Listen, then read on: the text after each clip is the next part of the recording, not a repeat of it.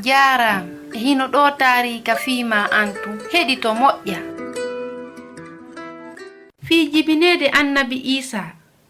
Fiino Annabi Iisaa jibinira. Ono yimɓe nasirata are ɗo heɗuɗo yamirore lanɗo on. Yimɓe ɓen no haana winditeede, mo kala no haani yiltitaade kawo jibina ɗon. Fiino o winditora kasaare kawo jibina ɗon. Pellet ɗum hina kibaruuji moƴƴi non, kono no o tigi lanniri winditagol himo waawi yiltitaade kawo iwi ɗon. Ɗofteende e yamirore andite wonde lanɗo on hina waɗowo sama kala. Saare nasiratan nden fo jiiboniri. Hari yimɓe buyno moni.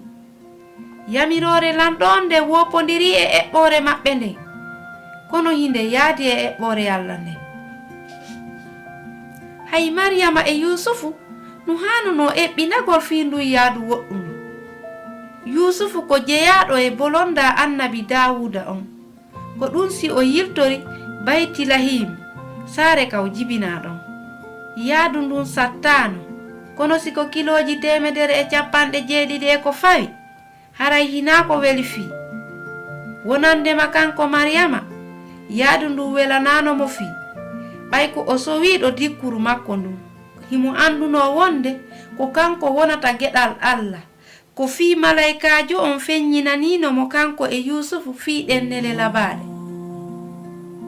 Annabi Iisaa dandowo aduna on, ko ɗum wonno eɓɓore Allah nde. Yaadu Baytilahimi ndun ko buy juuti. Balɗe 5 hiɓe ka laawol. Maryama e Yusufu habbanoki suguɗin piiji ko heɓaynoɓe.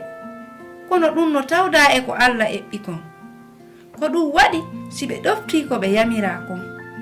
Ko ɓe hewti Baytilahimi ɓe hawrodiri e ko ɓe habbanoki.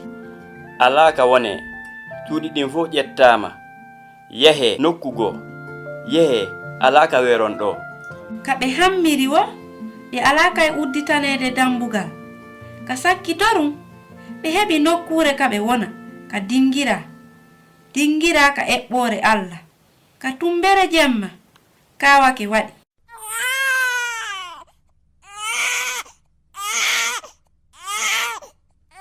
Annabi Iisaa jibinaama.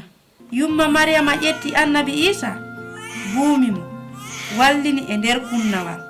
Eɓɓore Allah nden laatike.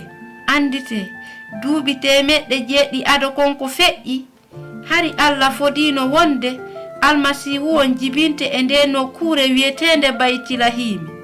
Hakke ko Allah yiɗi aduna on, o laatini eɓɓore makko nde, o yeɗi ɓiɗɗo makko on fiime. Husainatu wonno e yewtudema. Mi weltanike ma fii ko heɗitiɗa kon. Hiɗen e saayi.